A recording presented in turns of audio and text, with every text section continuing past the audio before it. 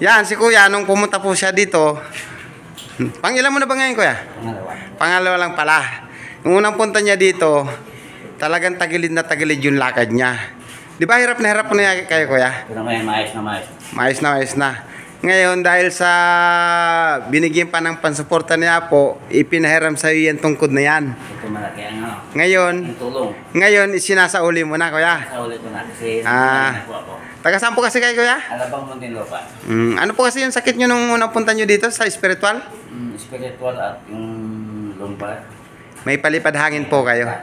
Okay, yung pong may mga cases po, kailan nyo po pala nararamdaman yung ganyan na lakad mo? Tagal na ito, mga 3 taon na mahigit. 3 years na po?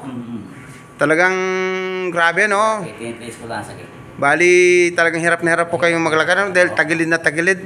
Kaya mo pang gawin yung dati mong lakad, kuya? May kaya. May tutuwid natin yan. Hindi, yung dati mong lakad nung unang punta mo dito. Ay, parang... Parang hindi na. Masaya ka na, kuya, no? Masaya na po. Okay po. Salamat po sa inyong pagtitiwala. Yung pong mga may cases na ganito po sa dislocation hips, huwag nyo na pong patagalin. Dahil pag nagkaroon po ng laman yan, medyo mahihirapan na tayong magbasag ng yung laman. Kaya agapan na po natin kung may nararamdaman po kayo ng ganun, huwag nyo na pong patagalin. Dito lang po sa 343-405 Barangay Ascomo, Guagua, Pampanga. Tay, taga saan po kasi kayo? Alabang Muntinlupa po. Salamat po sa inyong pagtitiwala. Ingat po kayo sa pag-uwi. Maraming salamat. Yun po ang kanyang girlfriend. Masaya na rin. Bye-bye po. Ingat po kayo. Kaya bye-bye. Bye-bye. Okay, salamat po.